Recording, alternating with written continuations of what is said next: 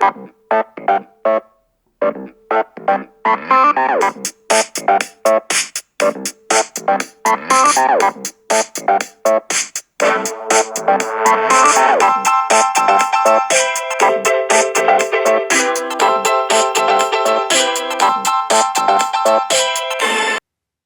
to Different Gravy, not just another Sheffield Wednesday podcast. I'm one of the hosts, Richard Miller, and my co-host is disappointed that for the first time he's had to record this podcast while fully clothed, Dr. Luke Gledall. How are you doing today, Luke? Doing very well, Rich, apart from, said disappointment. Excited that we've made the commitment, or, maybe I've made the commitment. I'll put it on myself to add more stuff to my back, to go for video for the first time. First time, Different Gravy in video format. Yeah. I mean, the kids are calling it Gravymaxxing.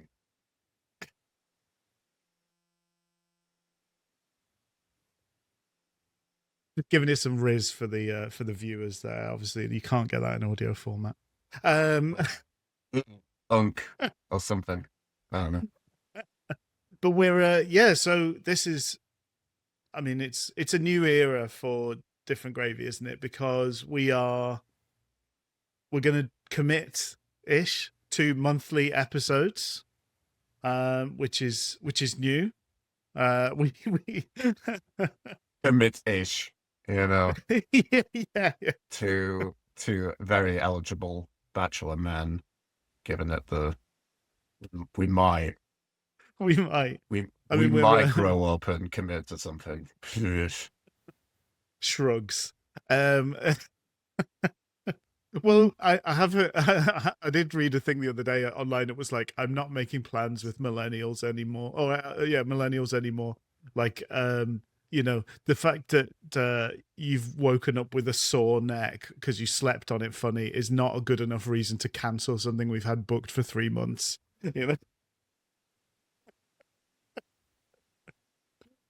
Just flaky folk. But yeah, so we're going to do, there will be a video version of the podcast on your YouTubes. You get to see the incredible Leonard Gledall in all of his glory. I mean, normally pounds of Wednesday ginger kitty. Normally, to see a podcaster's pussy, you have to go on OnlyFans, but we're going to give it to you on YouTube for free. Maybe OnlyFans. Like Rich and I dust off our hoofs.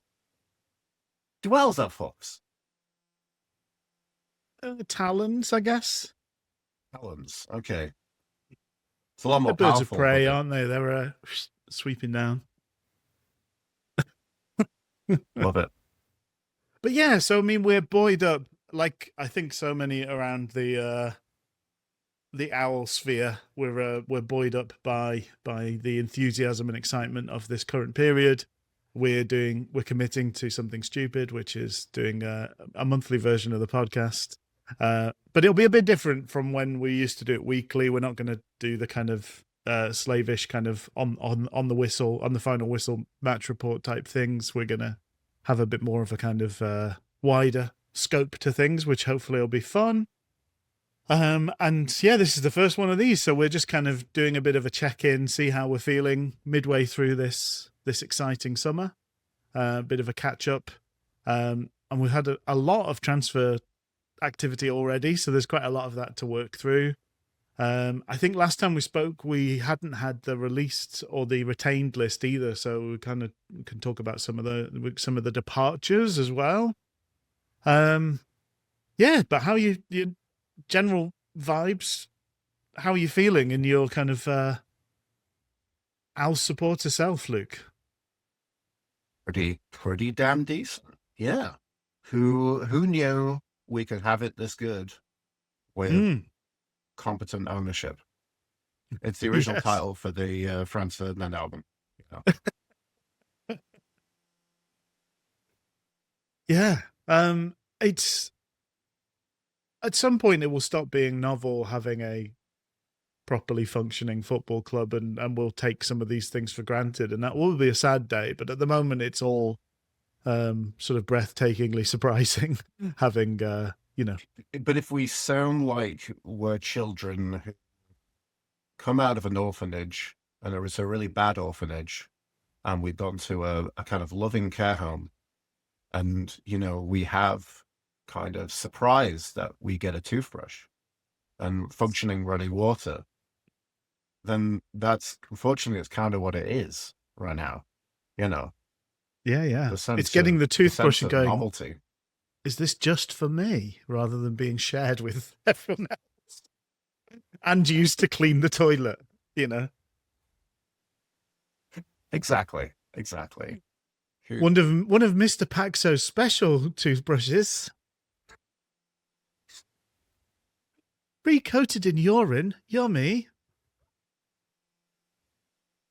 The Romans actually did use urine to brush their teeth, so full circle in a way. That's what Rich and I were told.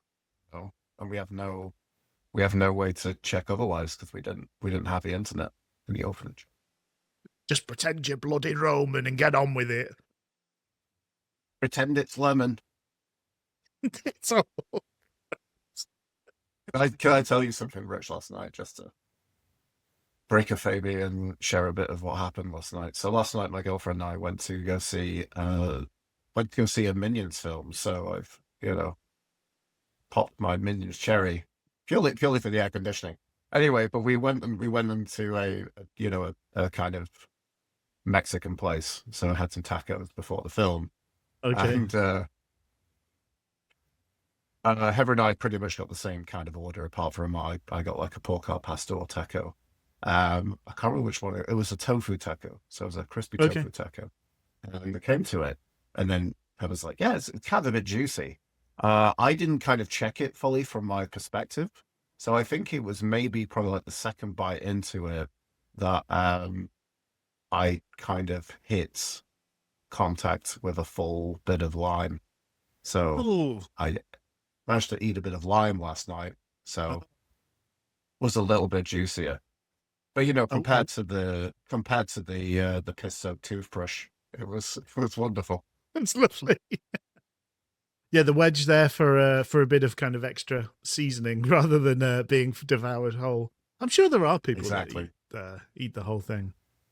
I do remember having an argument with somebody once that limes were not just unripened lemons. They were different things, but they wouldn't hear it. Sometimes. Yeah. Right. Anyway, Competent Football Club. Competent Football Club.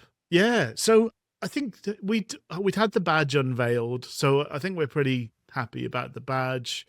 What do you think of the kit? It's a good. So I guess. So they have actually because I feel there was some kind of there usually seems like a degree of this is now leaked. This is here. Yeah. Yeah. Funnily, I guess it was leaked, and then it was actually proven correct. Or was there another version that was leaked and then that was disproven? I think we had two versions kind of out in the ether. There's been a real desperation. AI or fan gubbins or AI fan gubbins, So yeah, that main thing. So they've officially announced the goalkeeper kit as well, right? That's news to me if that's happened. Or I don't know if that was kind of leaked and then people said, "Oh, that looks like it's probably it." So I think that's the goalkeeper shirt. It's a very kind of. So anyway, we're obviously on board with Umbro now. We're back. Yeah. Back on the Umbro choo-choo. Mm-hmm. Back on the Umbro train. And it's fantastic. It's nice to I kind of feel like there are a number of options that would kind of work in terms of kit manufacturers, but kind of going back to something like that is it's a bit of a slam dunk in the old nostalgia realm, Yeah. Which they're just kind of milking pretty heavily. It's interesting the kind of redesign of the badge. The badge is old, the the font is kind of new. Mm-hmm. So they've Yeah. kind of gone with, was it SWFC Reborn? That's Yes. the kind of marketing kind of spin, which is kind of stretching it a little bit. But I mean, Yeah. it's not so gross and so awful that I completely reject it. But it does feel like it is born of these times, you know. To tie in with that, another phrase, I don't know whether I've noticed it quite so much recently, but they were really pushing early doors for those who carry it forward. I don't know what you think about that. For audio listeners, Luke is pulling an amusing face. I don't know what it means. It sounds like something No, that should yeah. mean something, but it Yeah. doesn't actually really mean anything, I'll be honest. Yeah. Yeah. I don't, yeah, it doesn't really chime with me. It doesn't do anything for me, that bit. But no, but I mean, by and large, I don't want to sound too kind of a grumpy old man, cynical, but No, but I'm it's glad that trying we've to, got the owl back, the kind yeah. of the 70s, 80s, 90s owl.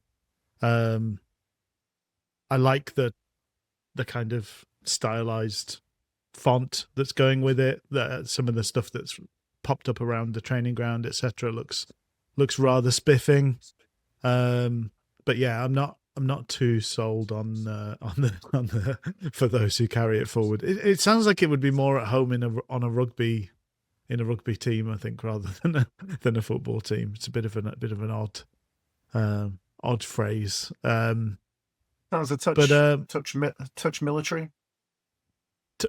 maybe, yeah. I was thinking sort of, yeah. It's but the kit I really am very fond of. I'm looking forward to Yes. getting my hands on Yes. it. The kit is very nice. And it looks even better sort of in the wild. I mean, there's sometimes a bit of a gap between the kind of performance versions that the players wear and the ones that fans get to buy, but the blue looks excellent, and yeah, just it looks very nice on the players, which is good. I also we've had a lot of signings prior to the kit being launched. That's another thing I wanted to get your thoughts on. What have your thoughts been on the kind of casual photo shoots for the new signings? Yeah, and like I feel like we just have to kind of sprinkle in a little bit of kind of criticism for everything that's going so well. Yeah, Not huge on it, honestly. no. I'm really hoping that now we've got the kits, they'll just be in the kits. That's interesting. That's a really interesting dimension. Like, you know, it's like, this is what I have to work with. Yeah. Therefore, you know, hey, Mr. New Wednesday player, we're going to get you to come in for our kind of reveal. What should I wear? Yeah, just bring, I don't know, bring whatever kit you've got. Like, I don't know, whatever schmancy stuff the kids are wearing these days. Okay, can I do a rock logo in one of the signings? Yeah, totally. That sounds perfect. I don't know why anyone would think that would be something untoward to do. Looking at you, Will Granger. Will Granger, a massive Jay-Z fan, obviously. It's The Rock. Or just a very junior member of the Illuminati. Illuminati apprentice. Yeah. Would that be hosted by Trump as well? Probably.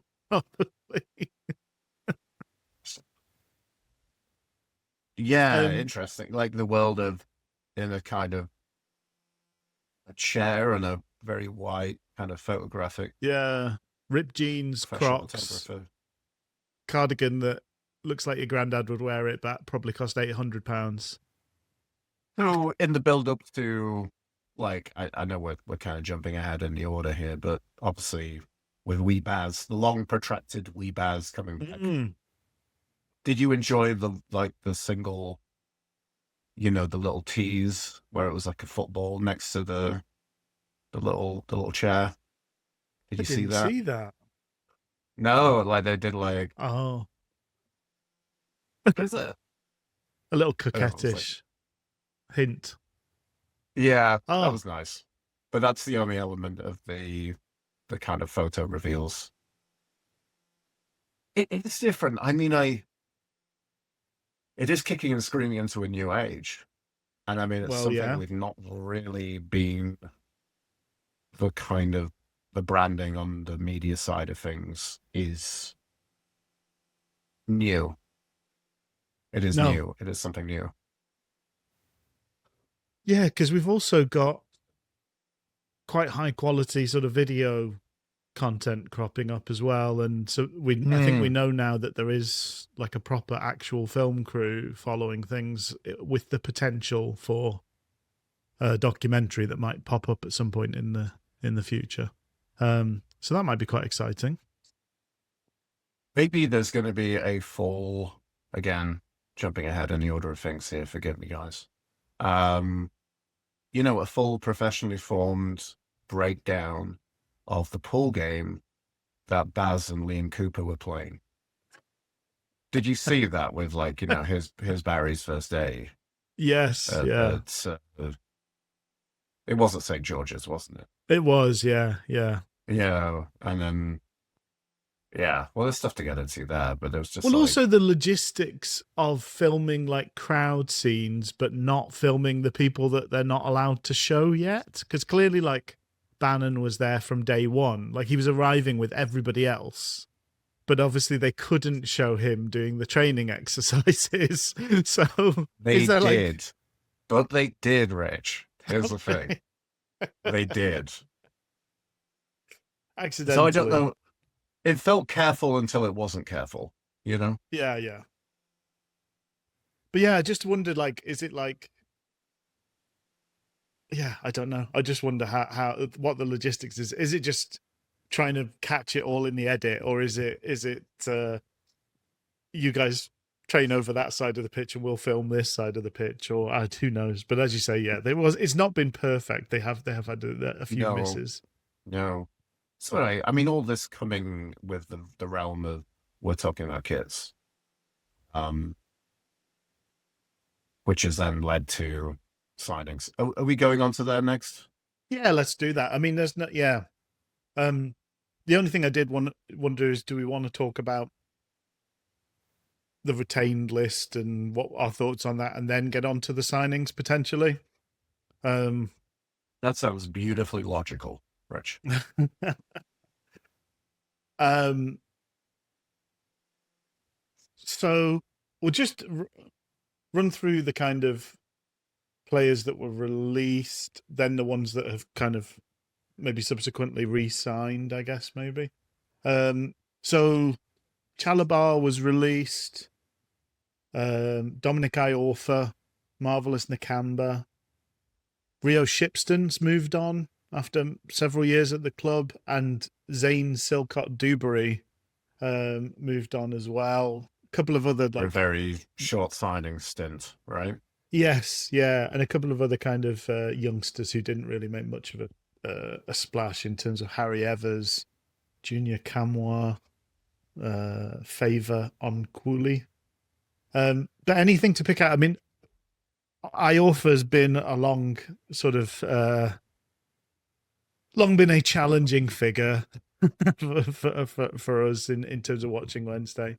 Clearly a huge amount of talent, but also carelessness and mistakes, and then injuries. My presumption is he will probably sign for another championship club, and that's part of the reason that we've let him go. I don't know what your thinking is there. Um, any Iorfa thoughts now that he has You departed? offer thoughts. There's so many Iorfa thoughts. I mean, we've had plenty of Iorfa thoughts in the history of different gravy. Yeah, You yeah, know, yeah.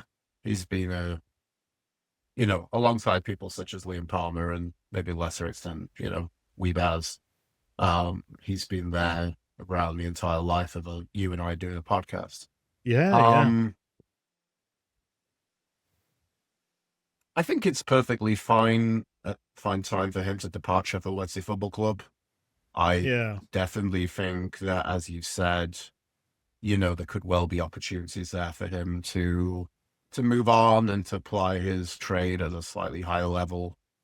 How old is Iorfa now? Like it seems like a difficult thing. I think he might be just 30, but I'm not sure. Yeah, he's born in 1995, so he's 31 basically. Okay, He turned 31 last month, so okay, happy birthday, Dom. Um, yeah, I think he's probably got another couple of years at the championship level. You know, I'm curious. Like, I think it's something like maybe another club, another setup. I mean, we've been in a bad space for I don't know how many years, yeah, right? So there might be a better environment to get like a little bit more kind of Iorfa juice from him. Um, I think it's fine. Like, if he would have stayed for a bit longer in League One, like maybe there's a year or two, but like I feel like there's so many players that are on that kind of bubble for Sheffield yeah, Wednesday. And definitely. any opportunity to kind of reduce the number of those amount of players, I think just makes it easier. Um, I find it interesting.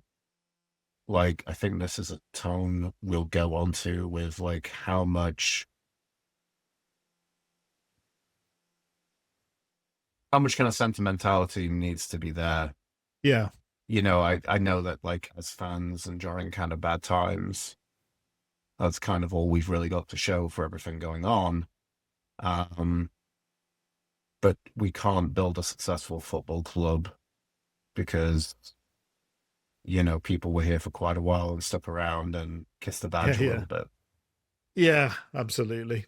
I think as well, we're all, I think the scale of the number of footballers that are available at any given moment is kind of beyond the thinking capacity of the average fan. You know, like I think we quite often talk about players, our ex players, and you know, there's a kind of, oh, maybe we should get this person back, and like because we've got quite a limited scope in terms of what we see as available, whereas somebody like Simon Wilson is going to have like masses and like there are literally probably tens of thousands of players available for any given position, and sifting and finding the right one is the tricky thing. But as fans, we're probably only aware of maybe 1,000 players.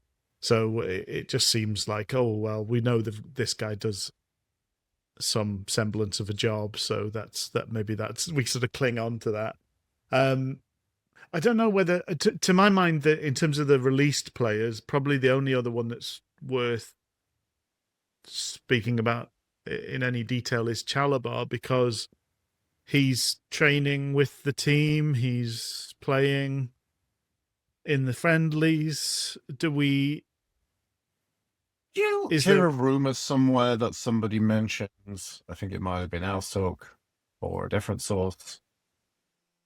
Somebody suggested that Chalabar actually didn't play as much last year thanks to personal issues. I Yes, I think it might be one of our in the knowers on Owl's Talk. ITKers on OT. Interesting. Um, with Chalabar, it's you know, I was fully conceded to him going, and I'm just surprised he's still around. I mean, there is the kind of standard thing of it's a I don't if it's not something that they have to do, it's generally something that teams do that they offer Yeah, training yeah. facilities to ex players who haven't yet got a new club. I think it might be something that they're almost obliged to do in the PFA kind of regulations, but I might be wrong on that. But this seems a bit more than that. You know, he's fully involved in things, and so that might be just that we need a body for the time being. We've just sort of signed a new player in his position today as we're talking. So it might be that we were just waiting on that kind of key member of the squad to come in, and he was able to do a job in that position. It might be that Chalabar's found that there's not as many options out there as he thought, so maybe his expectations have lowered, or I don't know. I mean, he is a very, very good player, but then his whole career, I wouldn't want to cast any doubt on this word that actually missed chunks of last year due to personal reasons, but he won't have missed 2/3 to 3/4 of every season in his playing career due to personal reasons, presumably. But he has. It's nearly always been injuries. He's just never been able to consistently put a good number of games together at a football club. And everybody's said the same thing, that, if he could stay fit, but it's a massive if. Plus. And then the classic, maybe you'll accept a pay-as-you-play contract. Which doesn't exist. Which doesn't exist. Or if it does, you must be seriously, seriously desperate. Yeah. I want to say... What do I want to say? I guess the interesting thing with Chalabar was, I think he kind of announced it before it was announced at the club. He did. With the retains. So that kind of smacked a lot of, I've got something lined up. Yeah. I've got an opportunity lined up. So to go from that to, oh, just kidding, can I still... I'll come back. Yeah. I'll come back and join the rest of the lads on like June 28th, whatever it is, for training. Yeah. A little strange. A little strange. I'm curious if now you can talk about it, like, I mean, obviously it's still it's within that commitment to keep him fit. Maybe there is a viewpoint of, like, depending on our targets and depending on how it goes, like, there is a scope and opportunity for Chalabar to come back in, I imagine, a reduced capacity at a price point that works for both parties. Yeah. I'm trying to think who it reminds me of. Like, I feel like Arsenal have had a succession of players where it's like, they were so good when X was playing, but X was injured for 20 games, and that's when they fell away. And that's the worry with, I think the thing is, Chalabar playing, it is undoubtedly more than good enough for League One. Like, he will be a very, very, very good League One player when he plays. And so how do you not rely on a player that is exceptionally good? So that, I think that's the tricky dichotomy, is if he's good enough to keep on, he's probably too good to not rely on in some shape or form, and therefore his injuries will cost you. Yeah. I think it just puts everybody in a difficult situation. Like, I don't know. I trust the people involved at the club. Obviously Simon Wilson coming in as, very good credentials, very well thought of. Yeah, I guess I'm curious how it plays out in this role with him. Just seeing as now we're starting to kind of accumulate players in his position. Yeah. It kind of feels like hopefully we're at a point of not being reliant on a player who's going to play. Yeah. No, you're absolutely. I mean, you're right. More than any time in recent memory, if not sort of any time at all, I trust the people picking the players, making the decisions at the club.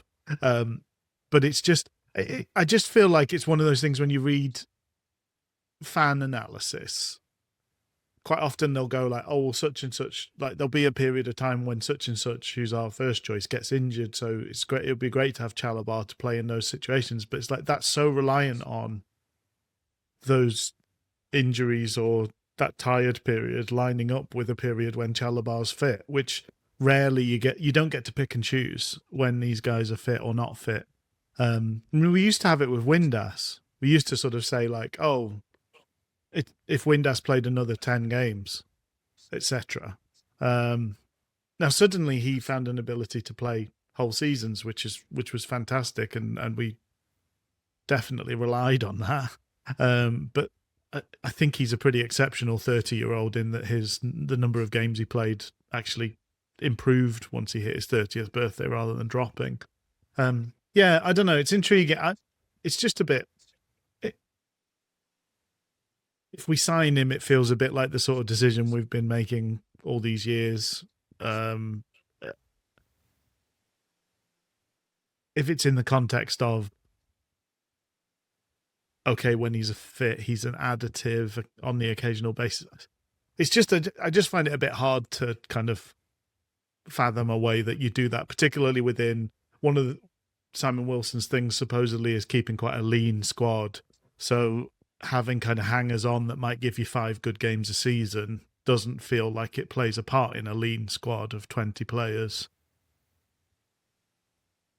We've got 20 players that play all the games, and then we've got one that sometimes plays when he feels like it. I mean, it's been spoke about in the realm of like how many players we are looking to sign. That a figure is being bandied about, which is approximately 20 players. Yeah, which is a heck of a lot. That's a heck of a lot. I don't know if we are including. I don't know if within that number that includes re-signings. Yeah, I'm not sure. Players that were taking the options on, which, can we go back to that? So Lowe is one of those players, I believe. Palmer is one of those players. Yeah, so we triggered contract extensions for Lowe, Palmer, Ingleson, Brown, Emery, McGee, Denny Oliver, Logan Stretch, and Ernie Weaver. Right. So obviously a prominent amount of youngsters who knows what element they will get to play this 2026, 2027 season forthcoming. But obviously a different kind of lens now that like we have the ability to sign a bunch of players. So we're not going to be, going to the sub ladder after we see the main ladder is empty, Yes, yeah. And obviously interesting you've mentioned, so retentions. Is this the point we talk about outgoings? Can do, yeah. Well, the other thing is we've re-signed. Liam Cooper was offered to another year, I think, and has signed for another year. Max Lowe has signed again, which is a surprise, I think, to most. A pleasant surprise. And Will Granger has signed extended terms as well. But yeah, we could talk about those guys. We could talk about outgoings. It's the world's your oyster, Luke. I am a little baffled with a choose your own adventure. There's a lot to talk about. There's a lot to get into. Folks. There is. I mean, absolutely. We're doing this in a lens of obviously picking back up the mantle with a new intent of regularity for Gravy. Yes. A Gravy a month, helps the doctor play, maybe. I don't know. Yes. Dr. Luke. Not Dr. Luke, who has connections with Kesha. I'd like to. No. That's not me. It's very not me. Anyway. You hate Kesha? No, actually, I quite like Kesha. She's great. Okay, but anyway. Well, that makes you different. Sorry. Anyway, let's talk about outgoings. Because, I mean, one of the ones... Let's talk about outgoing. So one of those was did the contract option. I think a lot of people were super psyched that they were OTM over the moon. Yeah. That Svante Ingolson was going Hmm. to, you know, uh, pumping his getaway sticks around the pitch of S6 in League One Yes. for the 2026-2027 season. Everyone's favourite leggy blonde is going to be plying his trade at Hillsborough. But alas, no. But alas, no. Yeah, he's gone to Stoke. Like so many before him, he's gone to Stoke. The long travel path to the Britstad. Yeah, there's been an awful lot of talk about the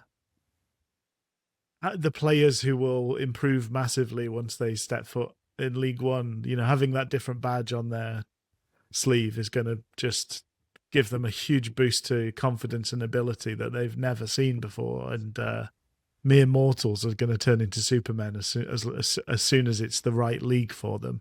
And a chief amongst them was Ingolson, who worked hard but was unproductive in the championship. He was going to be the best midfielder in League One by virtue Of course. of having a different badge on his sleeve. But alas, he won't. He will continue to be hardworking but unproductive in the championship.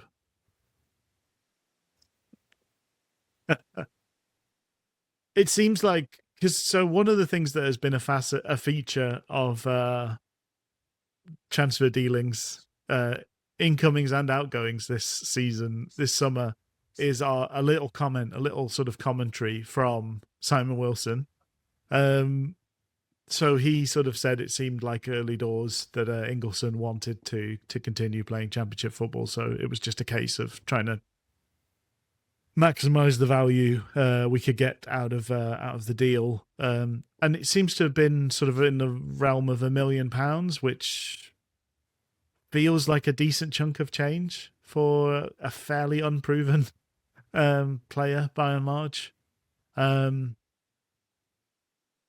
mean, really in our history, there's not many folk that we've got over £1 million for in transfer dealings. It's a pretty No. And did you also small find bunch. it interesting? Like, I think I saw someone post this on Twitter, or if you're lame, you're gonna call it X.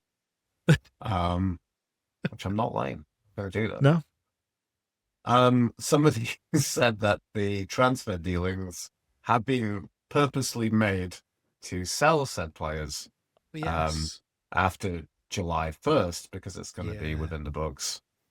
And, something that you would naturally think, oh, every club that does that. And now it's like, again, Rich and I coming from the orphanage, being like, what? You buy groceries every week? Such level of kind of thinking of a competent football club seems somehow revolutionary. Yes, and I'll be honest, absolutely. I read the said tweet and I was like, oh, that's how you do it. That was literally, well, it's very clever, my reaction. is that? It's very clever.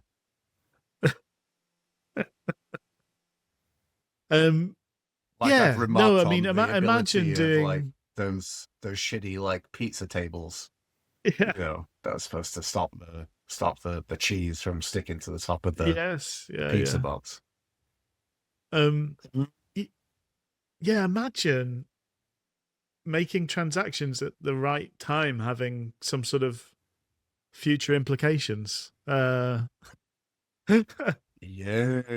And falling foul of that, having quite dire consequences. Can you imagine such a thing? Could you even dream? Could you Adam and Eve it? So Svante Ingolson has gone for a fee. So has Olav Kabachi.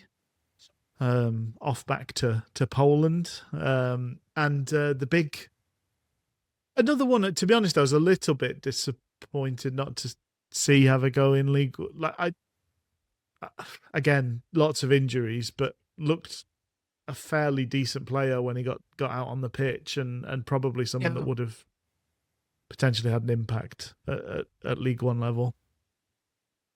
And then obviously the biggest piece of business so far, and probably bankrolling the rest of the summer, is Piers Charles's move back to Man City. Exactly. And I mean, I think there's some kind of, Kabachi going, probably getting some sale. Ingleton is good business. Going, and obviously these kind of fund our further, our transfer war chest, as it is. Oh, love a good love mention of a war chest. I haven't thought about that for a long time, but that was very enjoyable to have it come back. I know. You imagine Henrik's going to open it like something out of Pulp Fiction, and the glow's going to get his done by the power of Grayskull. Or also, just carrying it around like a... Sorry, go on. Shout out to Masters of the Universe. Quality film. Oh, yeah? Oh, is it good? That's a Luke different gravy recommendation right there. Ooh. Oh, that's good to hear. A lot better than it performed at the box office, I will say. Yeah. I'm also slightly imagining Henrik wandering around with like one of those weird briefcases, like a cabinet minister, just carrying his war chest with him at all times. As soon as announced the budget for the year. Is he doing a little gag where it's like pretending it's really, really heavy,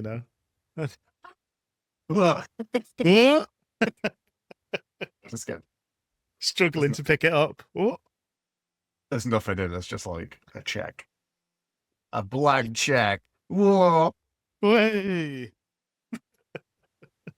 It's also great business, Please do. Are you going to do a Henrik Pedersen impression? No, not yet. Oh.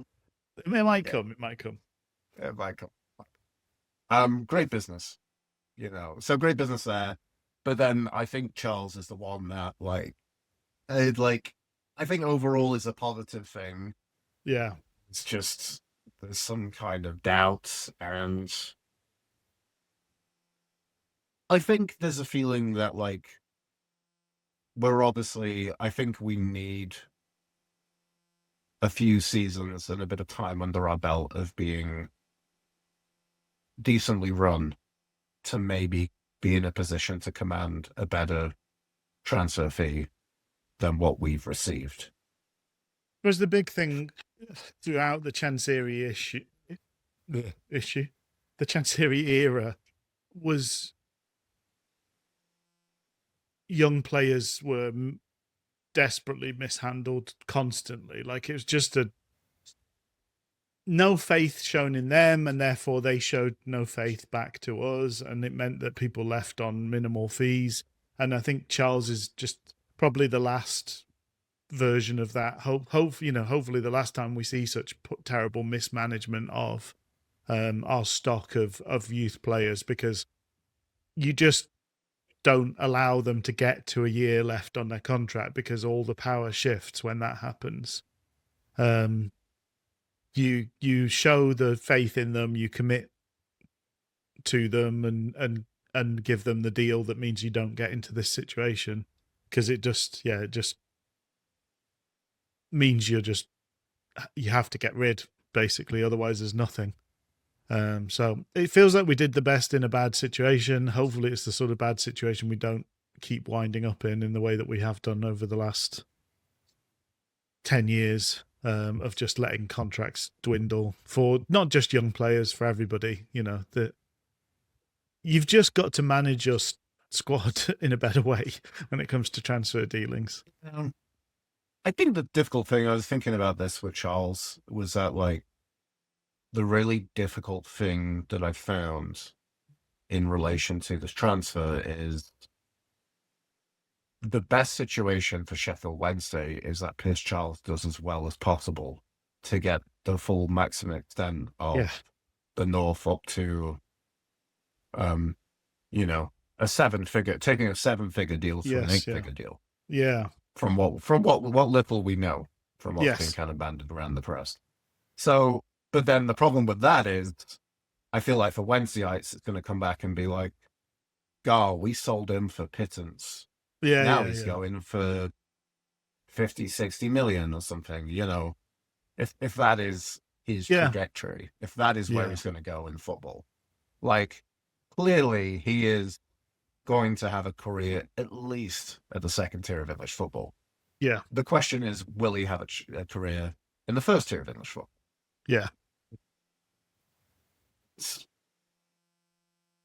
Who knows? Who knows? Absolutely. I mean, he's not a particularly tall No. goalkeeper, but then he has a big positive against his name in that, like, he is very good with the ball at his feet. He's exceptional. Yeah. He's already elite level with that, isn't he? It's the other bits. I don't know. It's tricky because it's less important now to command your box in the way. I think that the likes of sort of the kind of archetype for goalkeepers in this country for probably like 30 years has been Peter Schmeichel. You know, like a big towering lump that could, you know, clear the box and terrify people. Obviously, we've seen exceptions to that, but that's sort of been the mold people have looked for. But with the more of an emphasis on the footwork and mobility, it might be that shifts over time to something quite different. But yeah, that does. It feels pretty hard to get round the fact that he's just probably like 3 or 4 inches shorter than ideal, and there's not really anything you can do about that. I think that'll probably be the difference between him being top level and I think he's comfortably will have a career kind of bottom end of the Premier League, top end of the Championship. I just don't think he'll be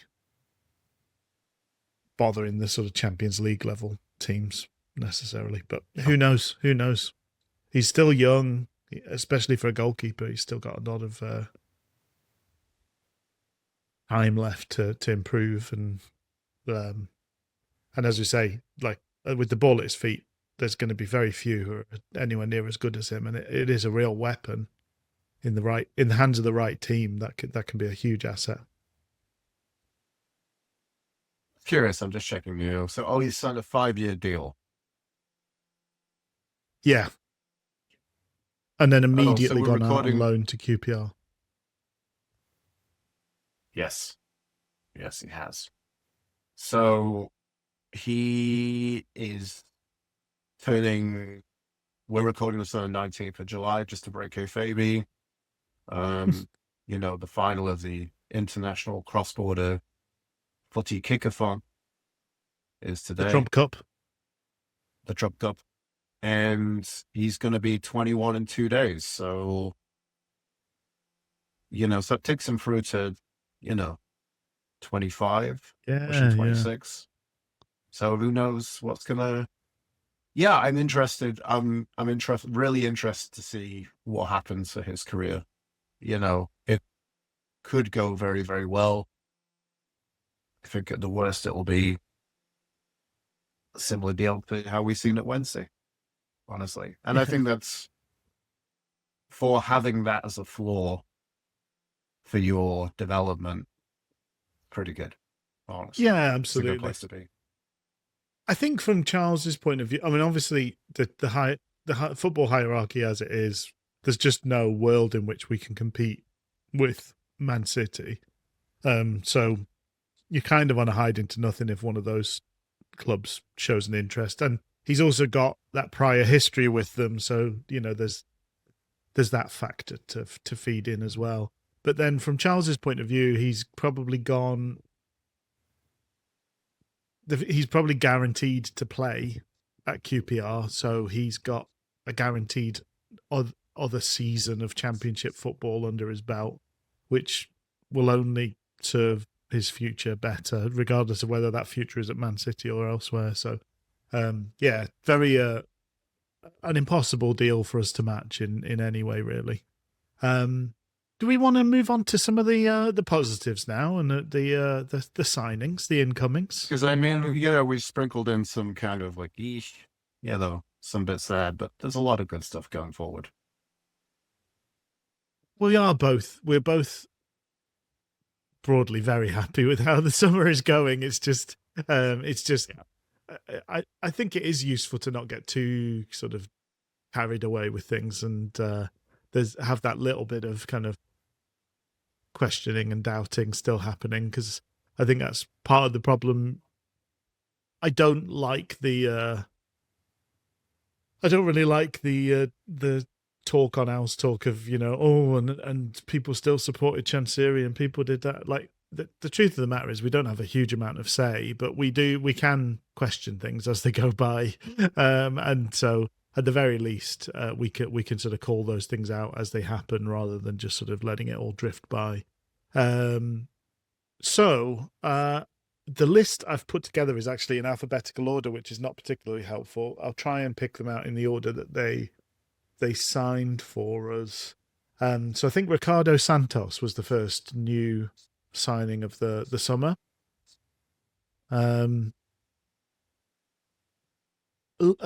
Towering centre back who can play a bit. It seems to be the sort of the main vibe.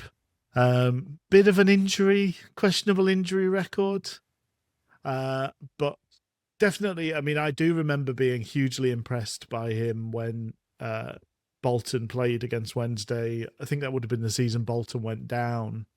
I do remember being very impressed with him on the two occasions we played them.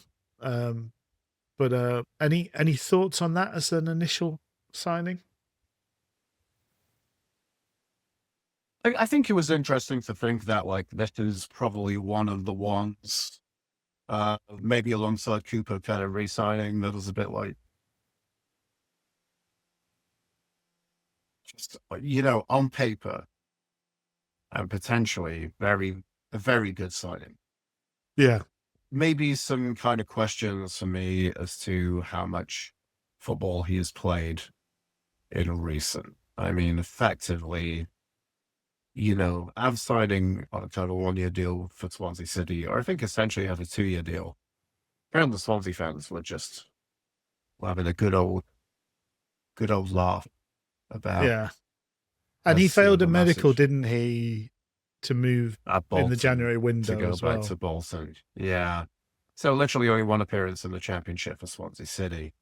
I mean, who knows? Who knows what kind of background he was having. Failing a medical doesn't fill me with a lot of excitement, to be honest. Yeah, a real test for, I think, what our new kind of ownership, a new kind of mentality regarding playing players and rehabilitating players and making sure we have the right facilities for said players moving forward and bringing forward a player like that. So signed an initial 1-year deal, which seems at his age kind of smart. He's just turned 31. He feels like he should be a little bit older, honestly. It's just an enjoyable sort of turn of phrase. Sorry. What's going on there?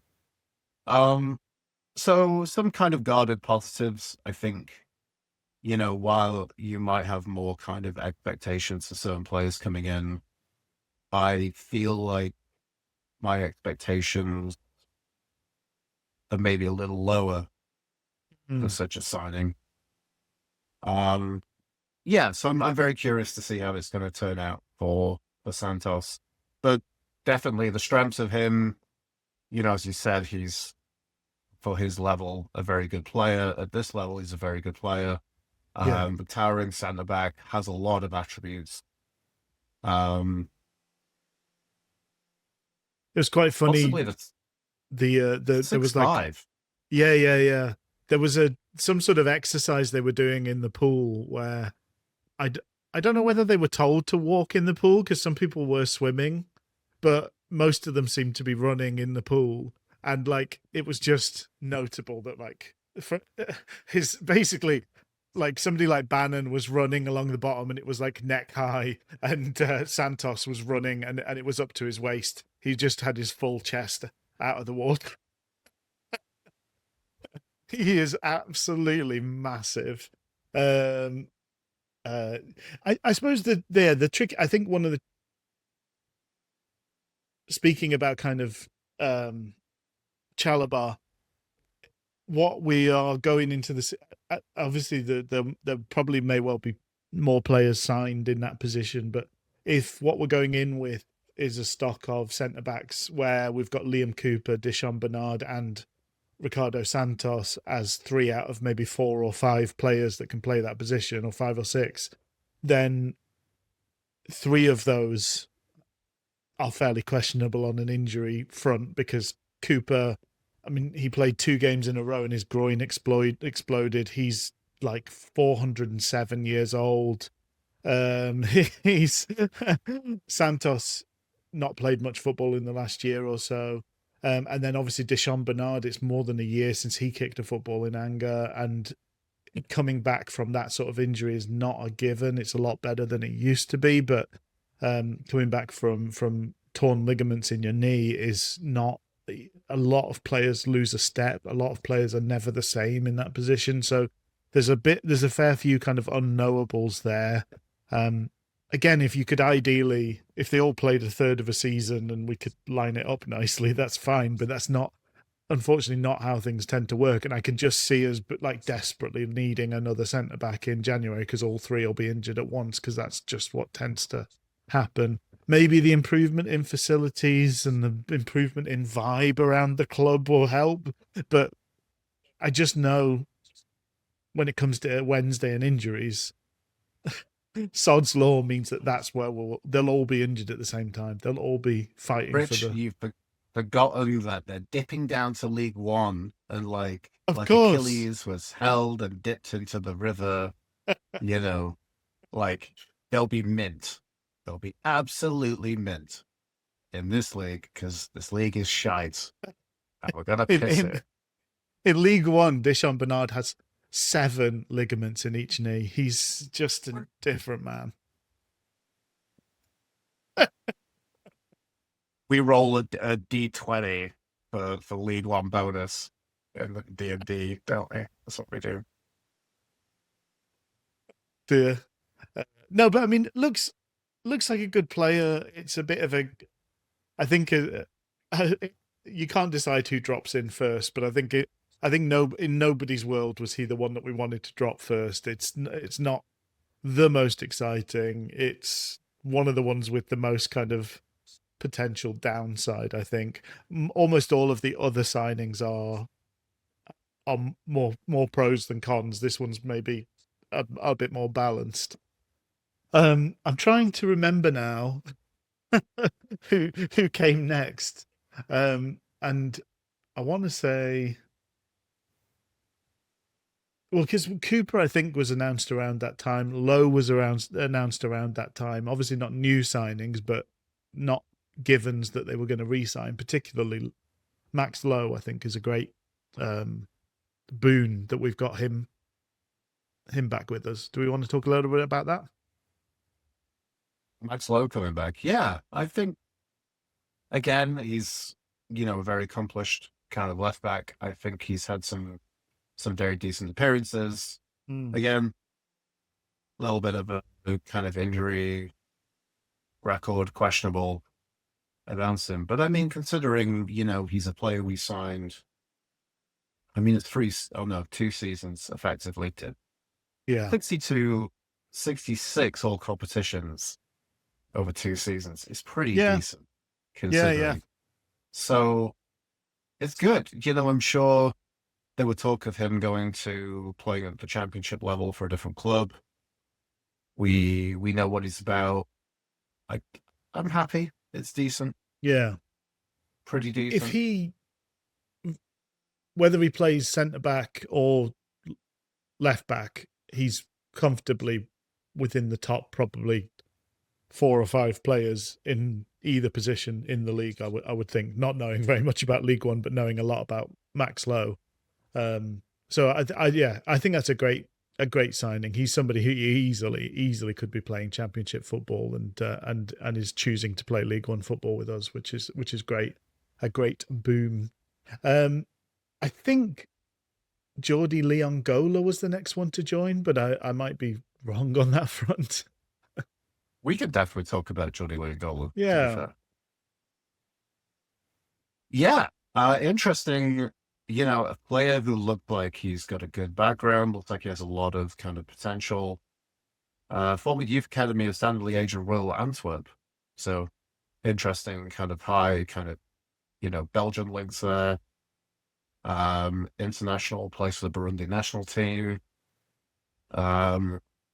YouTube highlights for days. Actually, I don't know if technically there are YouTube highlights for days. There's some good YouTube highlights. I'll put that. There's some good YouTube highlights. Yeah, absolutely. I was being silly, but there's some, you know, it looked like there's some decent upside in a kind of acquisition like his. Yeah. I'm excited. I'm excited to see what he's going to do. I have a penchant for the unknown. I think I'm always excited to roll the dice on these kind of unknown overseas players. You know, it's fun. It's just it's a different world. I know Bruce isn't necessarily directly involved in the picking of the players, but I was taking some small amount of positivity from the fact that Sunderland had the most players at the World Cup of any club. They had more players than Real Madrid at the World Cup, which does sort of talk about it's this idea of, I mean, obviously everybody can go for the very richest, best players, but there's only a few clubs that are going to succeed in that. But if you're a smaller club, you've got to kind of box clever and try and seek out these players where there's the Moneyball thing, really, you know, kind of spot somebody that's more useful than their value. And it feels like Leongola might be that sort of player. So that's quite exciting as well. So then we've got, I think Sil Swinkles was the next to come in. Yeah, and probably I think in terms of kind of like new signings for the defensive ranks, I think this one is probably the best in my opinion. Mm-hmm. You know, seems to get rave reviews at Chesterfield, seems to be in a good place. I think well thought of from Villa's perspective, from that kind of setup. Tall lad as well. We talked about how big boy, how mahoosive Mr. Santos is, but also similar deal for Sil Swinkles as well. Also, what a great name! It's a good name. Yeah, good name, good look. He's a handsome chap. He's got the look. He's 6'3". Good stuff.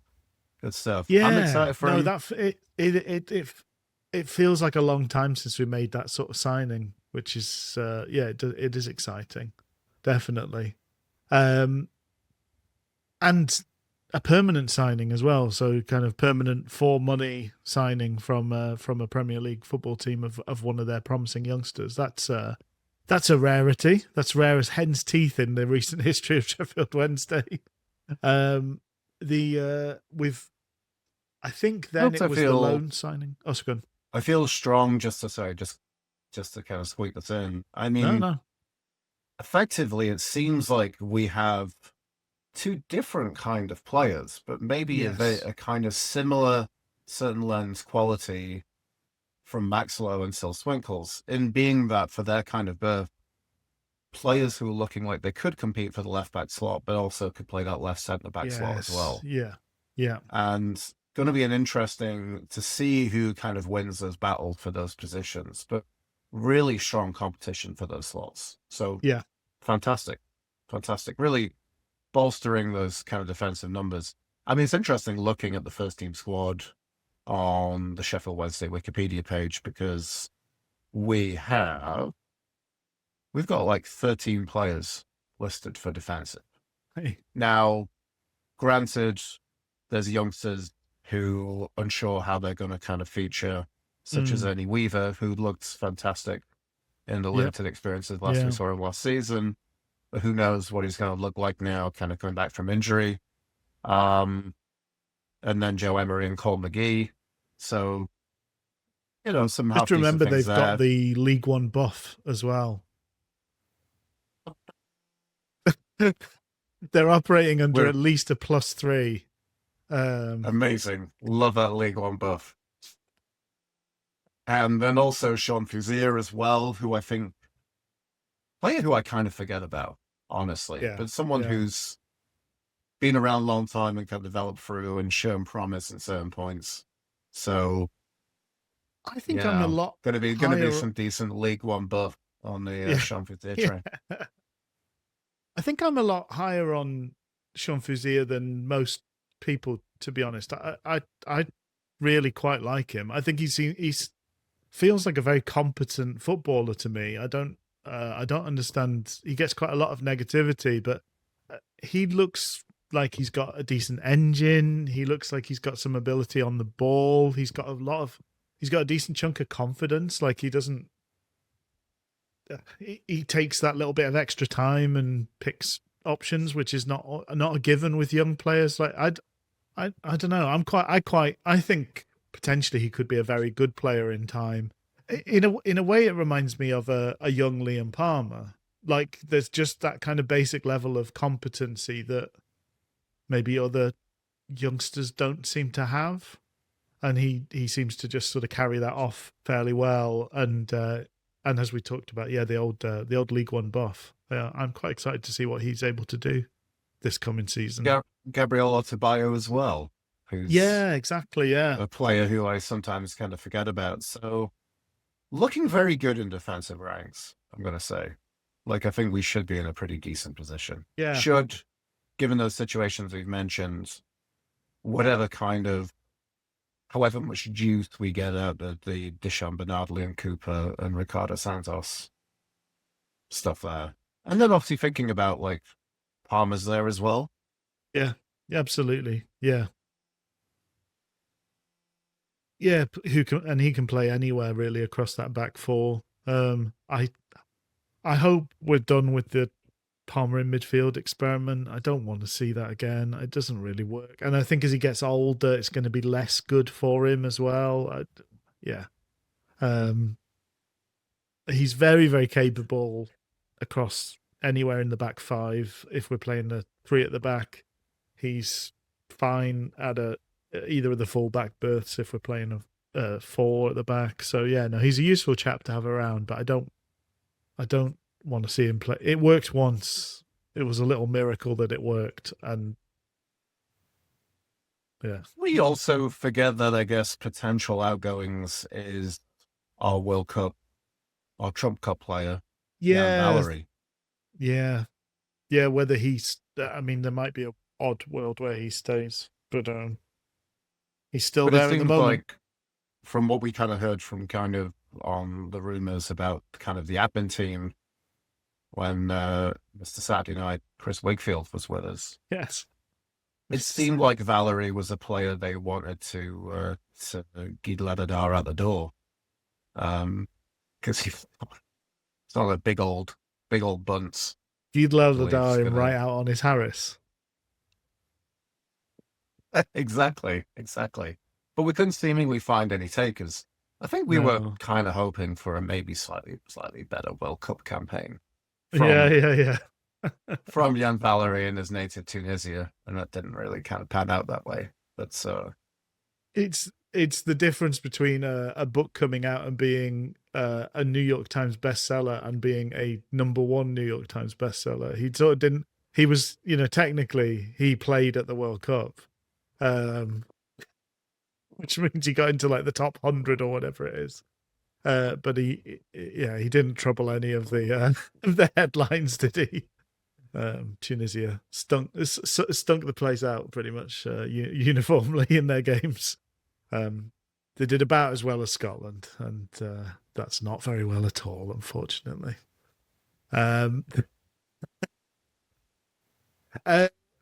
Right. Harry Gray, I think, was next through the door. Loney from Dirty Leeds. Again, a player who has a lot of promise. Quite an exciting signing.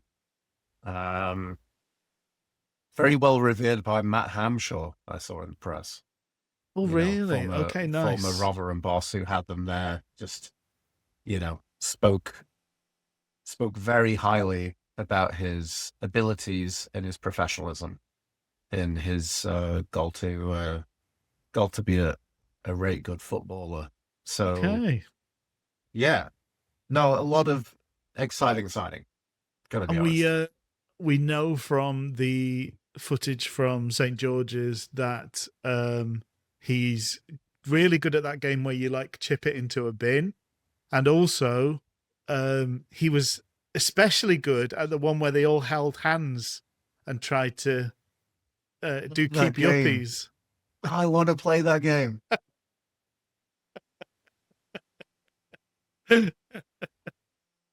No, it feels quite exciting. I suppose we don't really know whether he's going to be fighting it out on the right hand side with Leon Gola for a right wing slot, or whether he's going to play up front more. He seems to have done a bit of both.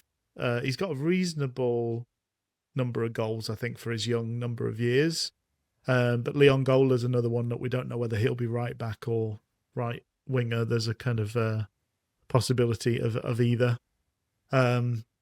So yeah, nice to he seems to have a good person to have on board. What are you saying, sorry? Realise he's 17. Oh wow. I thought he was a little bit older. I thought we were going to like 19 pushing 20. Like I thought that was his position. So I mean to be in that kind of space at such an age says a lot about his abilities, honestly. Absolutely. Well, his brother's been very good at Spurs, hasn't he? So, I mean, I know they're not, it's not a given that the siblings attain the same levels, but it speaks well of their kind of background, I think, to an extent. He's an exciting one, exciting to have on board. So then, where are we next? I think next through the door was Callum Slattery. Callum Slattery. Yeah. And again, interesting. But player who's had like a really great kind of background, a lot of promise, done a lot of great work up in Scotland. For him to kind of come to Sheffield Wednesday in our position is a bit of a coup. Maybe a little bit of a question about his kind of injury record, but a player who looked like he was destined for great things in his youth career, right? Going up through Southampton's academy. So that's a pretty damn good academy to come through. Absolutely, especially at the time he was coming through as well, like his close peers. But no, there's footage. Lots of goals and assists, and I think penalties as well. And there's a couple of kind of discussion-y podcasts where there's Rangers and Celtic fans saying, "Oh, he'd be the difference between us winning the league or not if we were able to get him," and things like that. So lots of it does feel like a real coup to have got him. I do feel like we'd be remiss without saying bit of a checkered past in terms of he had a homophobic outburst on a night out in his younger years. Hopefully, it would be sensible. I think with the folks who are running the clubs, they might be sensible enough to engage him in some sort of community efforts to kind of show he's not a homophobic douchebag. That would be nice. It'd be nice not to have that caveat over seeing him play for the club. So we'll see. But yeah, if he's able to do a few things to kind of mark that, obviously that was a past version, and we do believe in people improving themselves, and you can, get better, you can change. Yeah. Do you think it was interesting seeing that, like, in terms of kind of his record, his reviews, kind of YouTube highlights, he's got like a little bit of everything in his locker. Also interesting to add to that like, also one thing that was kind of prominent and came across my feed on the socials, bit of a shithouse as well. Yes, yeah, seems to be, yeah. Bit of a shithousery. So curious how much that kind of runs into, the less desirable kind of personal life section on Wikipedia, as Rich has kind of outlined those not a dirty things he's done up in that part of the world. So I do have to ask Rich, do you think at its best we will have, I don't know who said this. Was this said about, was this Clinton Morrison said about someone else, or someone said about Clinton Morrison, said he's a bad egg. He's one that you want pissing out as opposed to pissing in. If we can hope for him to piss out, then that's good. I mean, a little bit of edge has been something that I think has been lacking. I mean, we've been too nice of a team probably for too long. I think probably since Hutch left, really, Yeah. we've probably lacked that bit of bite to things. I'm intrigued as to what it means, because we're rounding the corner of Barry Bannon reappearing. I'm intrigued what it means for Bannon, because it feels like Slattery. Well, it feels like we've had a succession of managers who've kind of thought, oh, well, the best thing really, we want Bannon involved further up the pitch. We want Bannon closer to the box, and that's when he's really good.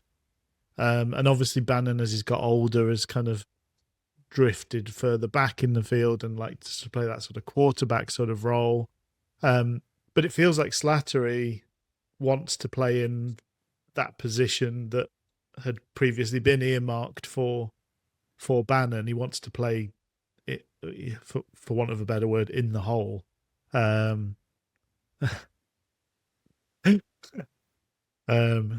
As we childishly chuckle at the word in the hole. But yeah, what do you think? So I mean, I'm stepping on the toes of Bannon re-arriving, so maybe you could take both on at once. Like, what are your thoughts on the reappearance of Barry Bannon, and where do you see him fitting in going forward?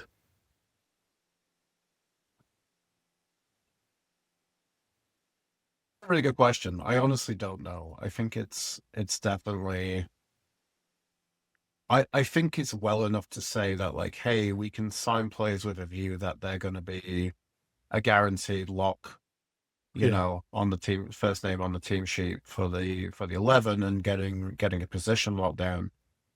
But I think with the history of Bannon, with the continuation of Bannon's career at Sheffield Wednesday Football Club, now that he comes back, the long-awaited return, and really milked out the time with him being announced back at Sheffield Wednesday. Yeah.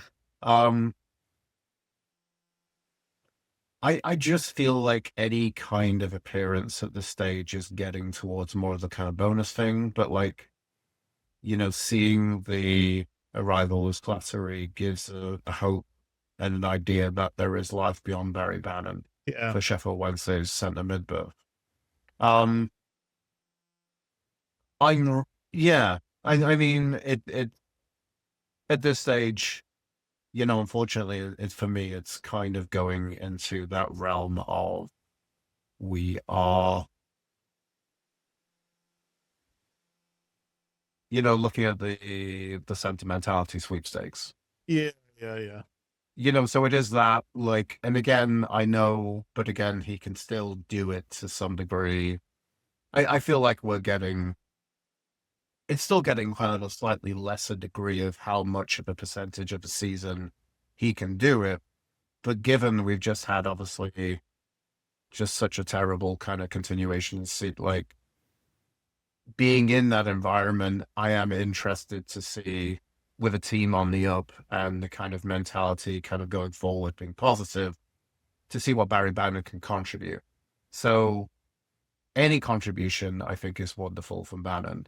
I think now we're hopefully getting into a situation that um, we're starting to be opportunistic for different opportunities for us to influence and win games of football rather Yeah, than channeling everything through Barry Bannon.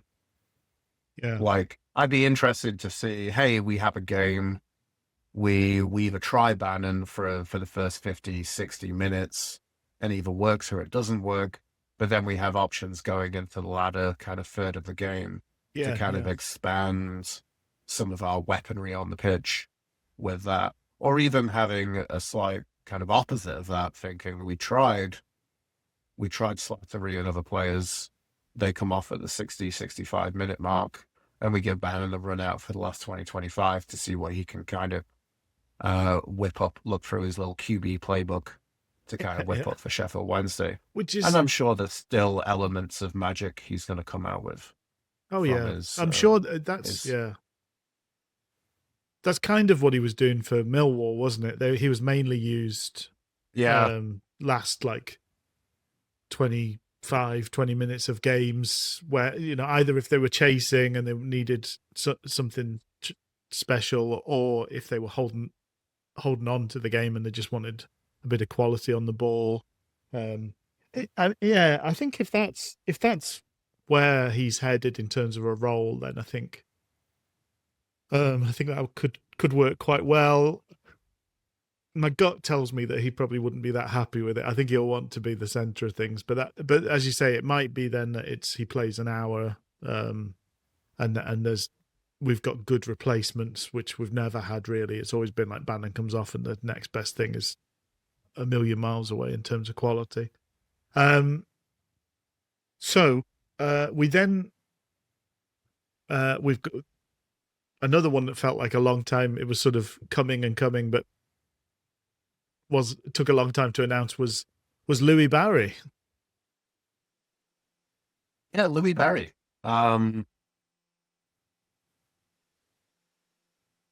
Really interesting one because someone who's done a lot at this level, someone who Yeah, scored a lot of goals, looked very exciting, and clearly the next idea of the next progression of them going on to, going on to the next tier with Hull and the Pigs just hasn't really worked out for him. no, So again, he's come back. He's gone back to Stockport, where he seems to have applied a very, very prolific trade there, and he's gone back and he's had a few goals to this stage, and now giving himself a place. I mean, looking at that, like he's had 9 loan spells yeah, from Aston Villa. yeah, Looks like from basically what Wikipedia wants to tell me, he hasn't had a singular. Oh no, he had an FA Cup appearance in the 2020-21 experience for Villa, and he scored. He bagged in that game. So moving on from there, I think he's said as much that he's excited for an opportunity to find a permanent home, to find a kind of opportunity to go forward. Yeah, I think it's a very positive signing for Sheffield Wednesday. I yeah. think it's exciting. I think it's I think it's the right time to be giving him the opportunity to shine and to go forward. I'm excited for what he's doing going forward. Maybe a little bit of kind of weird it's a little tainted. Yeah, We need to we'll need to soak him in a Wednesday brine to get the stank off him. Maybe air him out at a room at the training ground. Maybe if it's some part of the training ground they haven't renovated, he can just train in there for a kind of few days, and then we can, really get that piggy stank out of Louis Barry, and then we can kind of move forward. It's interesting though, isn't it? Because obviously he had two fantastic loans at Stockport, so Mhm. he got 9 goals in 20 league appearances in League Two, and then did even better and got 15 goals in 23 league appearances in League One. And then, as you say, yeah, that step up to the Championship just doesn't seem to have worked for him. Whether that's injuries or falling out of favour, or I mean, he only got 4 chances at Hull, and then 9 at the Pigs, but no goals at Championship level. So, yeah, a bit of a Yeah, but I'd was it also was say it for the sake of things, like looking at the, regarding the gags about, Sheffield United, seem to be a club in the kind of like a strange kind of position. A club that seems to, have a few kind of issues, and they're like going through a few issues right now, as I feel like yeah most kind of modern football clubs kind of do, unfortunately. Um, but like a weird place to have that level of expectation, expectation that they should be performing at the top end of the Championship, yeah and having a bit of a kind of rough time with their kind of running and how that's going. So maybe not the best place to kind of parachute into. Hull have always been a kind of strange one as well, honestly. Well, it's also You know, that the timing of that's interesting because he got 23 appearances, 15 goals in League One, and then in the same season, so January of that year, he was moved to Hull. So that's quite an upheaval for a young player as well. Like that's a bit strange. And then joining in January, there's very few players who join in January and hit the ground running at teams. So I think there's lots of factors there that aren't helpful ones. And then he came back to Stockport again. It was half a season with the Pigs, and then back to Stockport, where again he seemed to do the business. 3 goals in 6 games is a pretty decent effort. So yeah, I'm excited. I think I'm hoping the fact that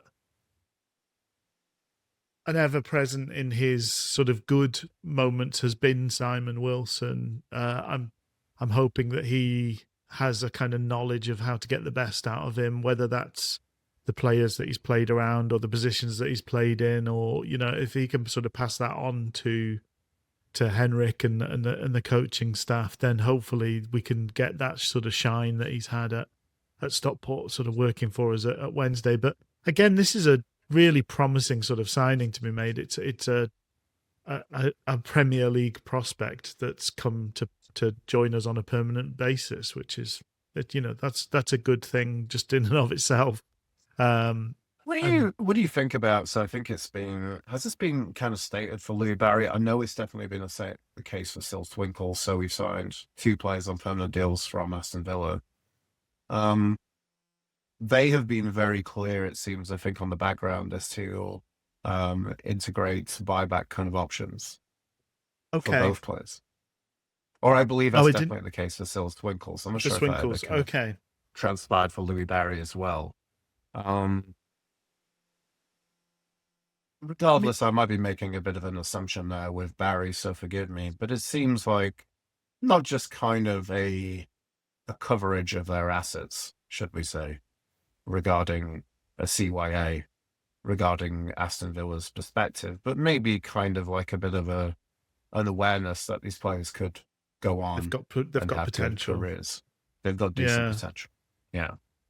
Yeah, I wonder how much it's become a fairly standard thing that Premier League players seek when players go out, because we've seen Man City, Liverpool, Man United make quite good use of that recently, where players go out and then they buy them back. Maybe even Chelsea have done it as well. So it does seem to. I wonder if it's just become. I mean, there's a huge power imbalance, obviously, when Premier League Premier League teams are buying and selling players. So this might just be one of the new ways that they're flexing their muscles. Because why on earth would they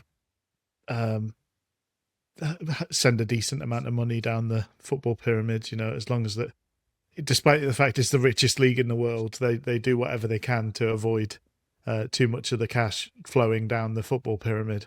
And so this just feels like another way to exert that power and influence and give themselves cheap assets if they need it. So they'll go and farm them out to another club, let them do the work in developing them, and if that succeeds, then they'll reap the rewards for a paltry sum, presumably. No, I mean I'd like it to be that positive of we've got a bit of faith in these guys, and we think there's a real potential that in the future we'll want them as Premier League players. But I do wonder how much it's just become another one of the many things that are stacked in favour of the Premier League teams. So we have in the midst of this, I might have got the timing slightly misaligned, but we've signed Joe Lumley on a permanent deal. Another one that was, I think, in contract at his previous club, so there's been a bit of he's either been released or some arrangement's been come to. It's hard to know. We only had a very short period of him being the goalkeeper. He was one of our many emergency loans last season. I think we've briefly texted on this. I think we're both hoping that this is not our new number one. Yeah, I mean, I thought he was great in the kind of, emergency berth. He had one incredible game, one kind of so-so game.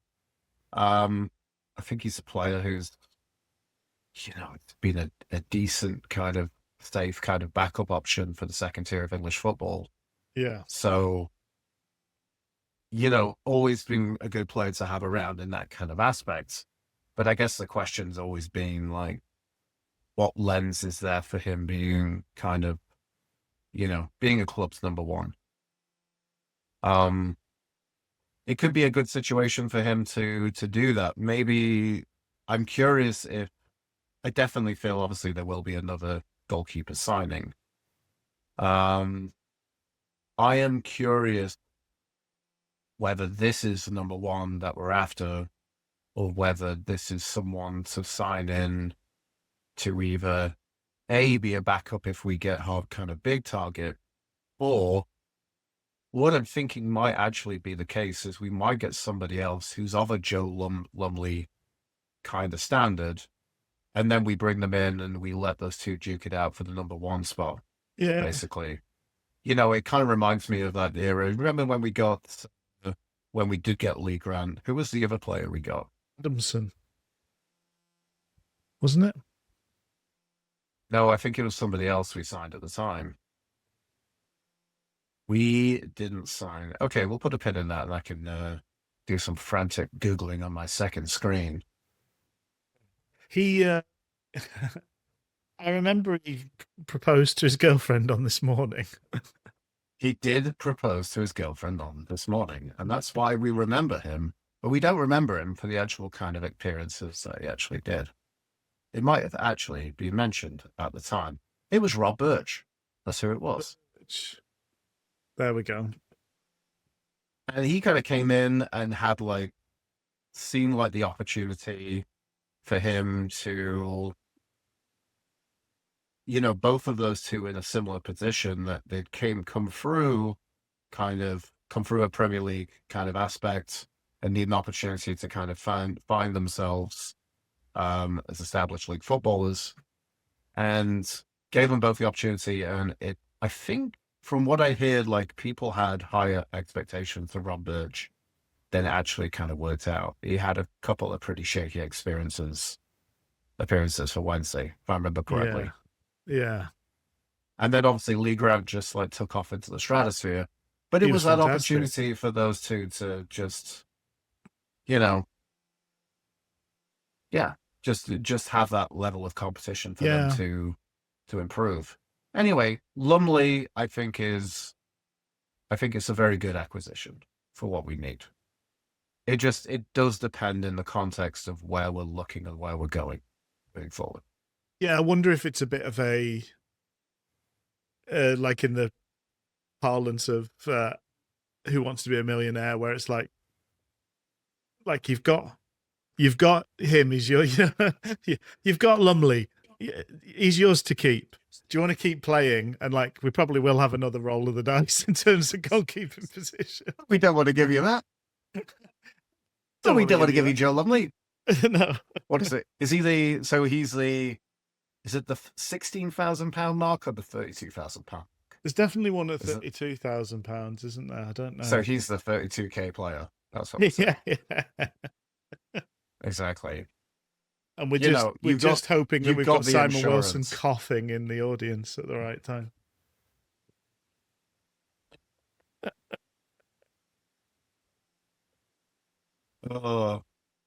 Yeah, I think there's a bigger acquisition coming. But I don't know if, like, outside of that, because, obviously we have Chalabar training with us. But then, in terms of Sheffield Wednesday sentimentality / horror, we've got Cammy D. Yeah. Back training. I mean, okay, let's take this out to, we'll see how this all, plays out, transpires in future episodes of different grades. Yeah. Now on a monthly basis. And on YouTube. With Leonard. And Rich. Leonard. So we'll see how that transpires. But if this is the situation where we've got Lumley as a number 1 and we've got Cameron Dawson as number 2. That's right. Cameron Dawson's going to play right back. You know what I mean? Or the number 13, whatever. You'd rather him at right back. You'd rather Please no. Yeah. I think the difference between Lumley and, just to kind of come back to your Rob Birch scenario, Lee Grant scenario. Obviously Lumley's 31. It's not like we're signing 2 guys in their early 20s who've been released from Premier League clubs, having played sort of a handful of games each. I think the thing is, it wouldn't be the worst thing, and if he ends up being our number 1, it'll probably be fine. But I think it's that I don't feel like he's the guy who's going to make. We've talked previously about goalkeepers being worth sort of 10 to 12 points a season. Lumley won't get us those 10 to 12. He's not going to be a special goalkeeper that'll pull amazing things out of the back. He will just be fine. He'll be playing at like an even keel. He won't be a draw. Dawson would be a draw. He'd lose us points. I think Lumley's dependable enough that he wouldn't lose us points, but I don't think he'll win us points either. Right, but kind of looking in that window of you're saying he's right bang in the middle. It's a nil point. It's a big a nil point is in like a steady line. That's fantastic. Yeah. Yeah. And I mean, we're hoping that he's bolstered by what it feels like a pretty decent defensive. Yeah, absolutely. We are building from the back in this rebuild, and it's pretty good right now. Yeah. Honestly. So, I mean, that would probably really help the situation. Obviously, he's got the League One buff. League One buff. Or maybe he is worth 2 or 3 points then with the League One buff. Sorry, I'd forgotten.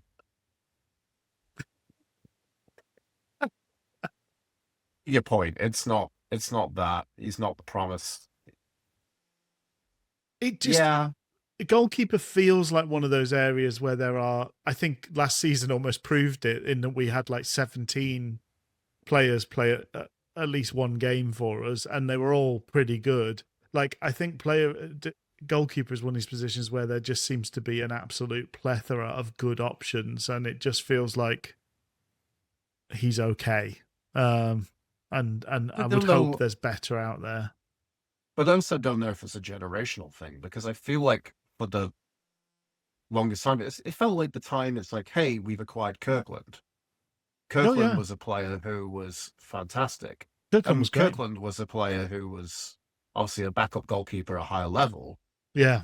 Who was then like, everyone was like, yeah, he can definitely do it, on a weekly basis, given that kind of berth. And obviously Kieran Westwood. But I'm just curious if, Also, like, I'm curious if it becomes like some weird kind of generational thing. Like, certain generations of football, there is a wealth of players in a certain position. Be There's a wealth of good fullbacks during this age. Like, I'm wondering if it's feeling like there's less of that. I know, obviously, Sheffield Wednesday, we've never been in a great position in the last kind of, 6, 7 years to kind of really take advantage of any of this stuff, or maybe a bit less than that, honestly. But no, but I think yeah, So I think Kirkland was a big step up. I'm trying to remember who was the keeper prior to Kirkland that he would have effectively replaced. Would it have been David Lucas, or am I miles out in my eras? I think I might be miles out. I think I'm probably like or 10 he's years slightly out. out. That's what I But mean. like Kirkland was a real step up from what we had previously, and a bit of a coup to get. I mean, he'd had a goal, an appearance for England under his cap. Although it was that Sven era where everybody got an England cap, including Franny Jeffers. But I'm just looking. Actually, Kirkland played by the time he retired, Kirkland had played 284 games, and Lumley's played about that many at this stage, and he's probably got another 3 or 4 years, probably more in him as well. So, this probably is a good comparison, Kirkland to Lumley, and he was excellent. But then I also know how much better Westwood was. I think that's my slight in a transfer window where it's like, how the hell have we got Louis Barry? How the hell have we got Billy Mitchell, who we haven't spoken about yet? It's not a how the hell have we got Lumley. It's okay, we've got Lumley, but that's fine. They're not all going to be absolute blockbusters. As I say, if that's what we went into the season with, I'd be absolutely okay with it. I would have preferred. I was a little disappointed to see the news that Murphy Cooper has gone elsewhere. Yeah, Like, it seemed to be kind of in the conjecture sphere. It seemed to be like words around 500,000 looking for Murphy Cooper, and then I think he went for like 150K, yeah, which it feels like for that price point would be a very decent number one acquisition going forward, and still, still early 20s for Murphy Cooper as well. So would have been a player I would have been happier than Joe Lumley, but I get what it is. I was just trying to kind of look back over this, because I was just like, we had so many goalkeepers. yes, yeah, we did. We had Horvath from Cardiff. Oh yeah, Who was eh. Who I was mean, there? Lumley's better than Horvath, Yeah, honestly. Murphy Cooper, I'd rather have Murphy Cooper. Steny Dieng, obviously the crazy acquisition that was him. He was all right. He was decent. Seemed a bit. did okay. Did okay. I think it was a good short-term transfer. Just feels a bit odd. Yeah, you know. yeah. Anyway, I think there's I'm hoping there's a better goalkeeper to come. Yeah, even though fingers crossed. Largely positive for Joe Lumley. Yeah. It's again to come back to the. I mean, I don't want to pat myself on the back too hard, but the "Who Wants to Be a Millionaire" analogy. I think 32 grand is so much better than no grand. It's just not £1 million. Very true. So then, I believe the final person on my signing list is Billy Mitchell, who's just signed today. Ably portrayed by Perry Fenwick since 1998. But the big question is, Luke, should we be signing a 64-year-old character actor? Definitely we should. EastEnders gags aside, really fantastic signing. Like, this This feels is some like real mind-blowingly quality. good. Yeah, yeah. This feels like okay. We're having questions about what lens are we going to have Bannon, for Sheffield Wednesday in 2026, 2027 season. You know, feel like Slattery is going to be fantastic. I feel like Slattery is going to be Yeah. really good. But obviously still kind of questions about kind of personality, character, and a little bit of kind of injury history. And the But then Scottish League thing. on the flip side of that, we've got someone who's like a championship starter, who's Yeah. had a rich pedigree, and we've got situations of like Millwall fans being like, "What are we doing? Yeah. What, Yeah. what are we doing letting this guy go?" Like, uh, probably a lock for a defensive midfielder. We love a defensive midfielder. Seems to do a lot more than that as well. Seems to have a lot Yeah. more kind of weaponry in his arsenal, like tools in his toolbox, so to speak. Um, yeah, just wonderful. What a great signing. Very excited. I mean, this sounds like my sort of guy, Not can't pass really, can't shoot, but he gets stuck in. Chase a crisp packet around an empty stadium type. I love those guys. As a man Doesn't who it famously doesn't? had O'Connor on the back of my shirt for a couple of years, I'm hoping for a slightly shinier version of James O'Connor, J or C. I've heard there's other comparisons. Semedo, a real fan favorite, cult hero. Yeah, but again, it's that lens of that type of player who, to be fair, a northern working class city, for their bread and circus, this is who we love in the middle of the pitch, right? Yeah, yeah. We absolutely love us a cruncher in the middle of the park, No, I mean, it seems like an absolute coup to have got him. It really does. It feels like they must be doing a great job of selling the dream, the vision to some of these players, and that's really exciting. I'm yeah, very very excited about it. Just honourable mention though, Perry Fenwick is definitely like the best. It's he is the actor with the most 1930s footballer name in the world. Like that is Perry Fenwick sets out on the wing. He straightens his collar and puts the ball into the box. Yeah, absolutely. But yeah, Billy Mitchell, I'm chuffed to bits that we've got him. in terms of the real life actual footballer Billy Mitchell as opposed to, the fictional character. Yeah. Um, what kind of degree of a shithouse is Billy Mitchell? I mean, you can I'm be not. that person and do that job and be a cruncher and not be a shithouse. But I'm sure there is a wee little sprinkle of a shithousery that comes into that picture, correct? You would hope so. A little bit of that. A little bit of that. I mean, Hutchinson was a little bit of that, but he wasn't a massive bit of that, was he? To be fair. I mean, neither was Semedo, to be fair. He played the game. I think Hutch played the game hard to the point where it was but verging on dangerous. Semedo played the game hard, but was always the right side of the law, I think. But you certainly knew he was rough and tumble, you know. You knew you were in a game when you came off the pitch against Semedo. You just also were confident you'd have both your legs, which was not necessarily the case with Hutch. Those big crunchers. This is I know this is a shameful thing to do. I'm asking, is Billy Mitchell a master of the dark arts? We'll see. We'll see what goes up.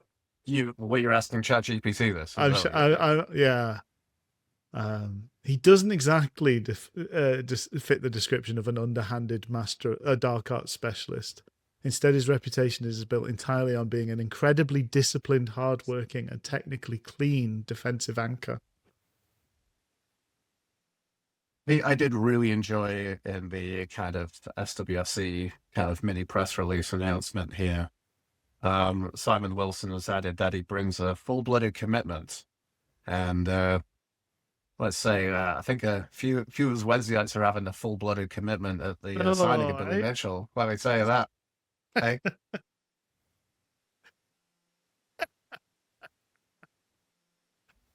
Hey.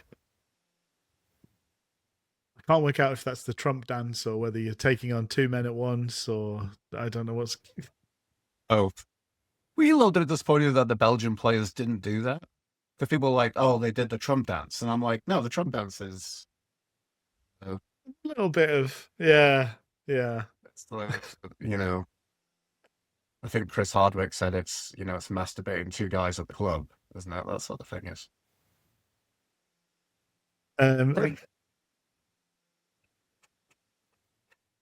Oh, are you all glad we're back? Yeah. If you've watched to this point in the video, are you glad we're back? Are you glad we've got the visual gaggery now? Visual gaggery is just all getting captured. This was just for fun previously. So and the gaggery as well. Oh, it's definitely not the first time. I can't remember. There was one time we just had that as a running gag throughout, which probably would have got us like banned from YouTube, I imagine. I guess. Well, who knows what we need to do to get banned from YouTube and demonetized? Let's find out on Different Gravy. It's the roller coaster that we're ready to ride. But yeah, we do love a bit of philia. We've got love for our fellow man sometimes. Absolutely. Sometimes in a touch lecherous way.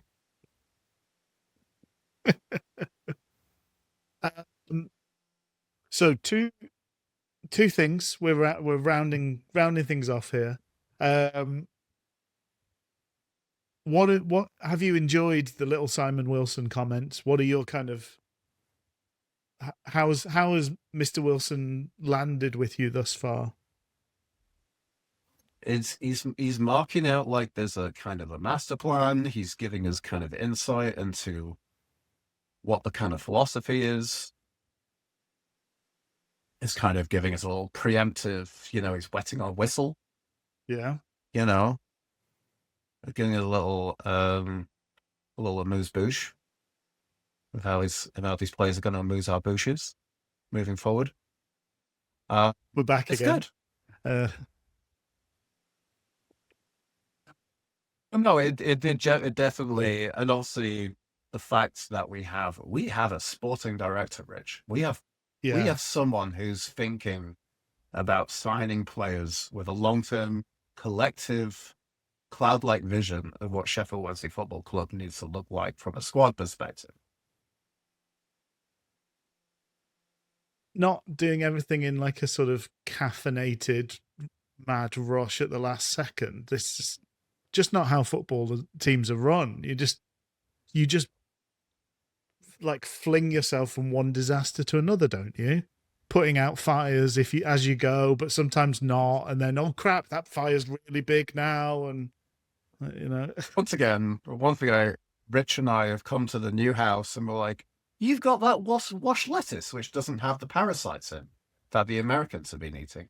That's all Rich and I have been eating back at the place. We just go eat the lettuce and then retire to the hole in the ground to shit our guts out. That's what we've been living. It's great. I don't know why you guys are like having non-parasitic lettuce, but hey, we can give it a try. We can give it a try. Yeah, I think we're still slightly sort of feral, aren't we? We've been presented with the lovely like 4-poster bed, but we're insisting on sleeping in the corner at a right angle because it's what we're used to. It's all that we know. But eventually, we'll slink our way to the lovely comfy bed and get used to the accoutrements therein. What was your first night's sleep? It was difficult acclimatizing to the voices from other people throughout the day telling us that we're shit. and now that's what we fucking deserve. So it was a little different. We didn't sleep so well, but could maybe get used to it. Yeah. Now that I'm not getting spat on Maybe. constantly, I find I need to use a moisturizer.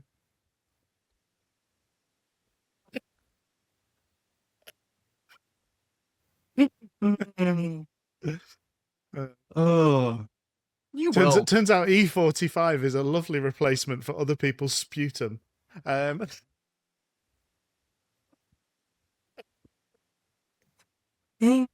Oh dear, we're getting a bit demob here at the demob happy at the end. So my last question to you, Luke, is where is your whelm? Where's your whelm at? Where's my whelm at? Where's my whelm at? My whelm is very good. Are we giving it a number kind of rating out of 10? Yeah. Let's do a number and a like a scale of like 100 points, so like 7 point something. Gives us a lot of room for Oh, so you just take nuance. the numerical with the one decimal place. Like a pitchfork, yeah. Okay, I can do that. Because I was going to say, like, I think it's an 8.1. Nice.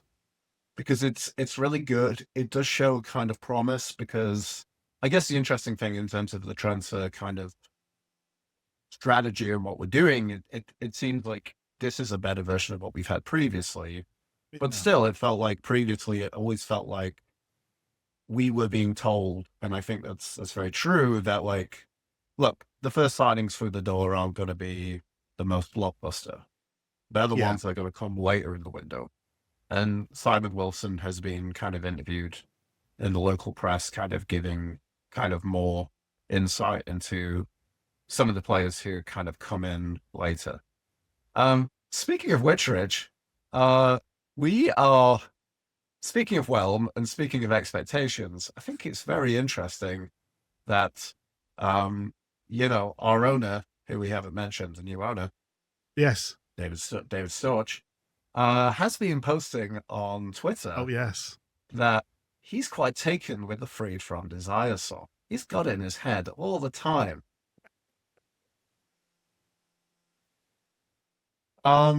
What's the quote from Dodgeball? It's a brave strategy, Cotton. Let's see how it plays out for him. that would.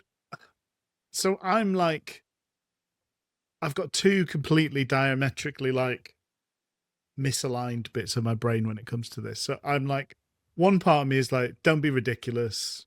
No world in which this happens. And this being Jamie Vardy joining us. Another part of me is just like, it makes so, on every level, it makes so much sense. Like, he's probably only got a year or two left. It would be an incredible story. He's got a documentary crew following him around. We've got a documentary crew following us around. Like, they could make friends, make a double documentary. Like, we would sell so many documentary over each other.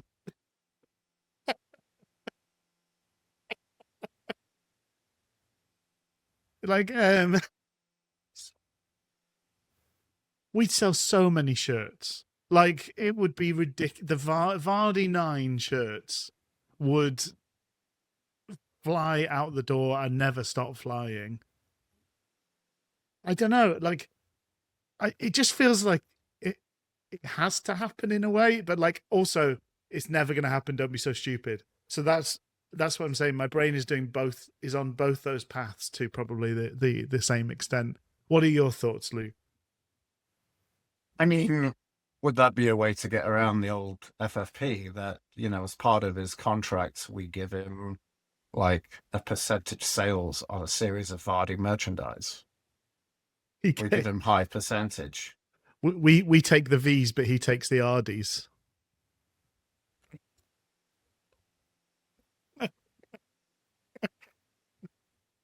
Yeah, it just feels so illogical that it could be true. It also just feels just generally illogical, you know. Like, he's not going to get paid. Obviously, he's going to get paid too much for other League One team. It's way too expensive. But let's say he goes to a Championship club or he goes to a Premiership club. He's not going to be paid like top end wages wherever he goes. He's not going to play that often, probably wherever he goes. So it kind of feels like he'd either come to us or Leicester. And why not Wednesday? Why not Wednesday? Part of the new marketing video that Simon Wilson's sending out to players. Why not Wednesday? Why not Wednesday? We're not sure whether Chancery owns the rights to We're All Wednesday, Aren't We, or not. But we do know that we own the rights to Why Not Wednesday. Why not Wednesday? So we're just going to go with that. I don't know. I think that's speculation. But that seems to be one of the things people are saying is what. But then it is on some of the training stuff, so maybe not.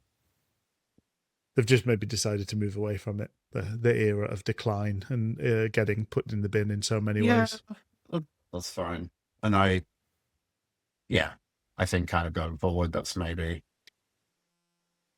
it's probably a more positive idea, right? Kind of moving forward with a different kind of image and look, which is definitely part of the whole rebrand and the whole SWFC reborn, you know. For those who carry it forward. We got the paddles out. Nice. And it's a heart restarted Phoenix, you know. Thought when you were doing that again, Luke, we're just circling the drain in this this one note imagery. We're pretty close to circling the drain, you know. Phallocentric nonsense. Pretty close to a bit of Saltburn in the drain, honestly. Sometimes you just get thirsty. On that note, I think we should say cheerio. I agree with you. I think 8.1 is a good place to place the Whelm. What would you say? Yeah, no, I think 8.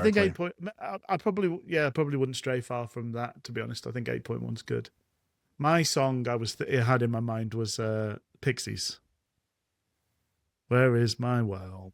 Where is my Whelm? Where is my Whelm? Or where's your Whelm? Right. On that silly note, I will say cheerio. Lovely talking to you, Luke, and thanks so much for listening, folks. And hopefully you'll enjoy the fact that we're going to be appearing a little bit more regularly in your feeds. Look after yourselves. And here's to another fantastic season for Sheffield Wednesday. Cheerio. Yeah, you too. Have a good one, Rich.